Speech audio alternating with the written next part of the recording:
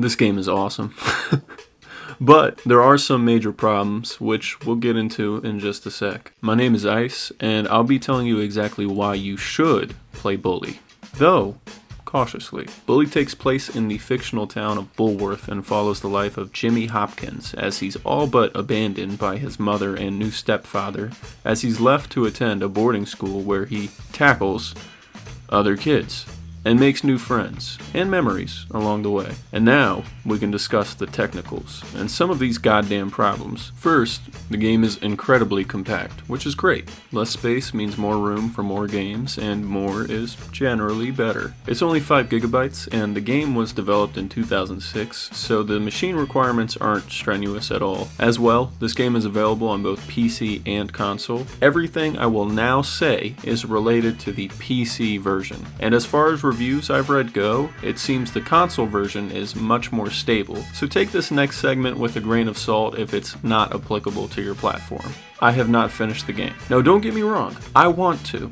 It is a really great time, but this crashes more than Niko Bellic does on a motorcycle. Over my 13.6 hours of gameplay, I crashed about 7 times, between literal black screens and the game glitching. That's 1 reboot per every 2 hours.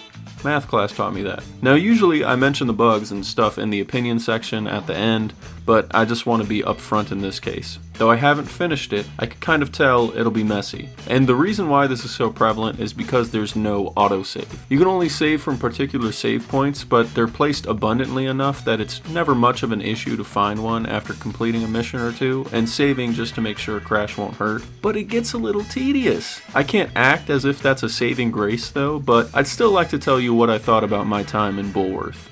The first thing I came to love about this game was Jimmy, the playable character who gets wrapped up in an onslaught of hijinks and escapades, all while being targeted by bullies and teachers alike. At first, he comes off as an unfortunate kid with some at-home issues, and is immediately shown to be neglected and shoved into muck by the people in his new environment. That is, until he meets Gary. Gary's the first person you'll interact with who gets your story rolling, and ultimately leads Jimmy onto the path of scholarly righteousness. Now, the game is linear, meaning there are no decisions to be made or alternate paths to choose. Jimmy's life has already been lived and you're just reliving it. It's structured into several chapters which trigger after completing certain missions, leading to a new time of year and changes in the world. More on that later though. What matters right now is Jimmy. Like Geralt in Witcher or Corvo in Dishonored, there's a certain charm to the character that glues you to his story. Then why shouldn't I kill you? Alright then, tough guy, kill me! You know what, kid? I like your style. You got guts.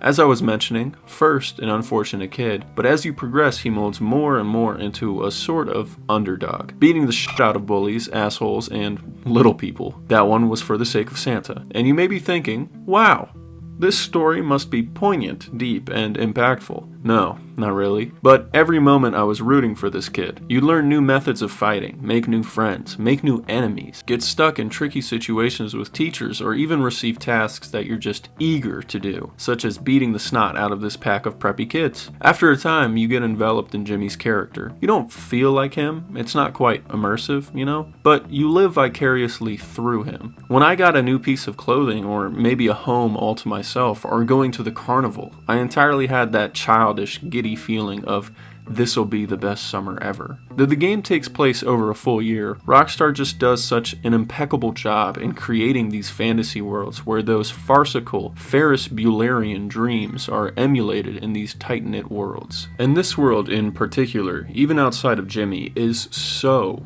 lively. Which brings me to my next point, how interactive this game is. This game is loaded with interactions. Starting out, you'll get an onslaught of tutorial messages, I assure you, but you'll first come across classes. As I said at the very start, Jimmy is attending a boarding school, and throughout each day, you'll have 2 classes that must be attended from 9 to 11 a.m. and 1 to 3:30 p.m. Else, you'll be committing truancy. Oh yes, There's a wanted meter here too. It works differently than GTA's in that it degrades slowly over time while you're not being seen, and even at its max, it's pretty easy to get away. You can hide simply by staying out of sight, hiding in a trash can, or hiding in a locker. You can also use certain throwable items like itching powder to slow them down for a bit, or just enemies in general. Now as for the classes, you have 10, and each one offers a different minigame. A few examples: geography is a matching game, English is a word scramble, music is a rhythm game, and biology involves dissecting JPEG animals. And each time you pass a class, you get a reward. Like for gym class, you'll get combat upgrades such as unlocking new grapple moves. And yes, there's grappling in this game. You can throw, knee, and uppercut kids all day if you want. There's also a homeless veteran guy behind a school bus that teaches you combat techniques. Outside of that, there's your usual side missions where you can do challenges, races, or start collectathons that'll reward you with secrets. Probably my favorite place in the game is the carnival.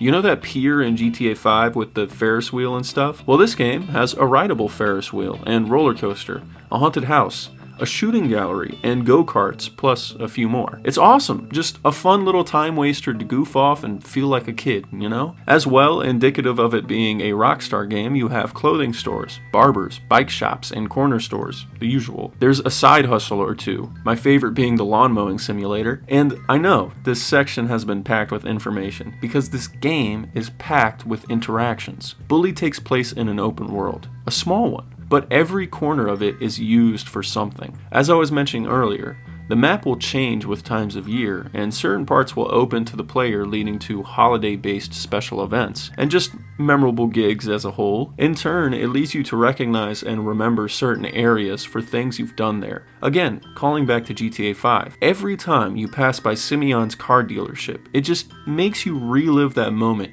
you floored it and flew through that window. The same thing happens here, where every time I walk into the Bulworth Academy courtyard, I remember the start of the game, and wailing on a few dillweeds that thought I wasn't about some action. But above all else, what does Rockstar do better than almost every other competitor? Say it with me. NPCs. You meet a lovable few, namely Petey and Homeless Santa, and then most of the rest being misfits, weirdos, junkies, and jerks, all blending together to form what makes this game so special, unique, and above all else, fun.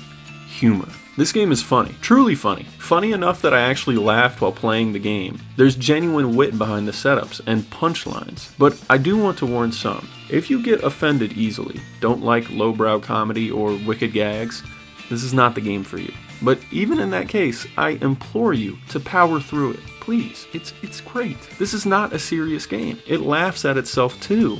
And you should as well. There are so many goofy situations that occur naturally through the AI scripting, which is terrific. I don't think I've played a game with such lively AI. You'll literally just be walking around, see a kid getting picked on, followed by a prefect running at the bully like a goddamn linebacker and absolutely bodying the little snot. Maybe you'll even see a nerd getting lifted and thrown into a trash can ass first, followed by another nerd throwing an egg at the bully. Though there aren't that many ambient voice lines, you'll overhear funny conversations occasionally, or people will say goofy stuff to Jimmy. But even outside of how impressive the AI is, you've got the contrived, escapade-based quests that help characterize the people of Bulworth, and what characters they are. Some are pretty weird though, and others may be kind of gross. There's even some subtle nudges towards touchier topics, like this banner.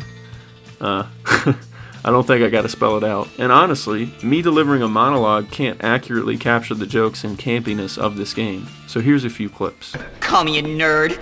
What next? 4 eyes? Sticks and stones may break my bones, but words will never hurt me. Alright, you have fun. What's this? Class president. Class president, dummy. It says class president. I don't know. That's you? I'm the most suitable candidate I know. Yeah, so's your mom. Yeah, right. Oh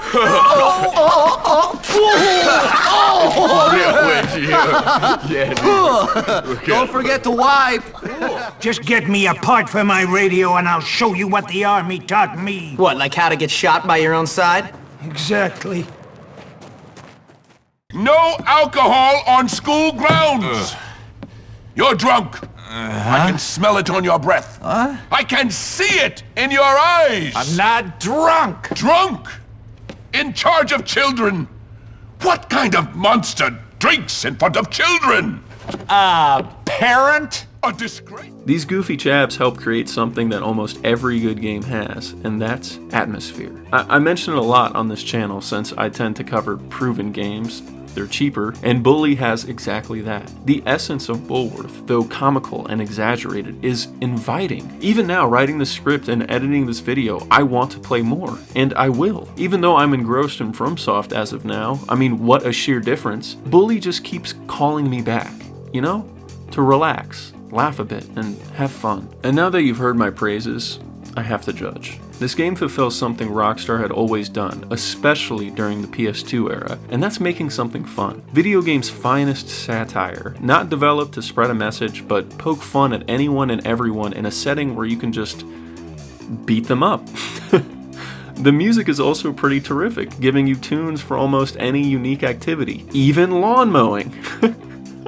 I love mowing lawns on this game. Though, the ambient sound effects aren't the best. I really hate the swimming one.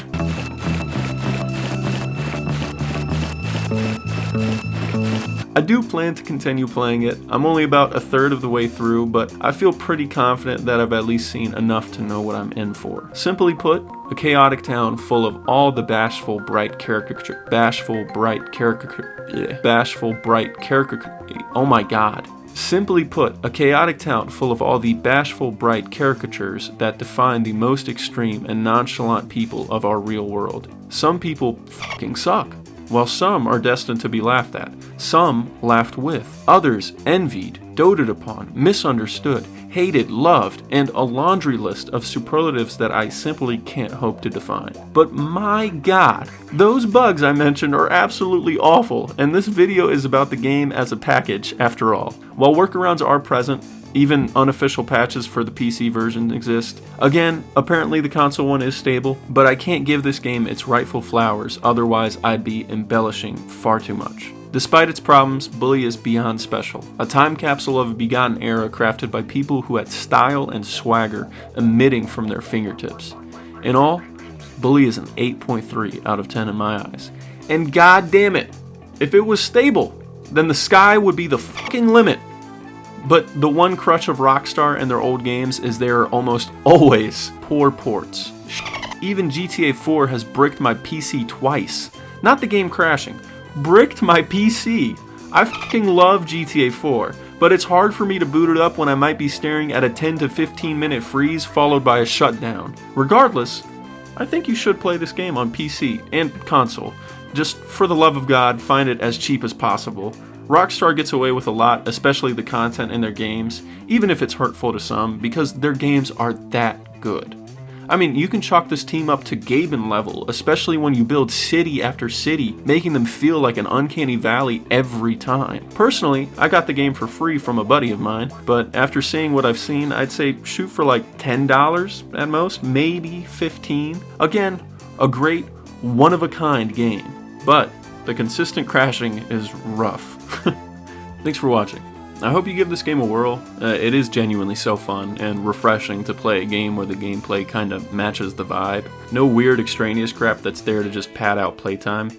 But yeah, next week will be part 5 of my journey into Dark Souls 3.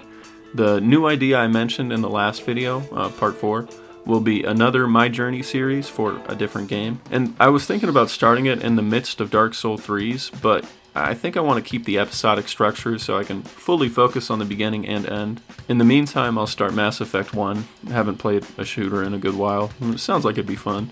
I also set up a PS3 emulator, which is real nifty. I got a few games there I want to try. Some classics between Ico? I don't know. Shadow of the Colossus and Demon Souls. Yeah. Anyways, I'll see you next time. Bye-bye.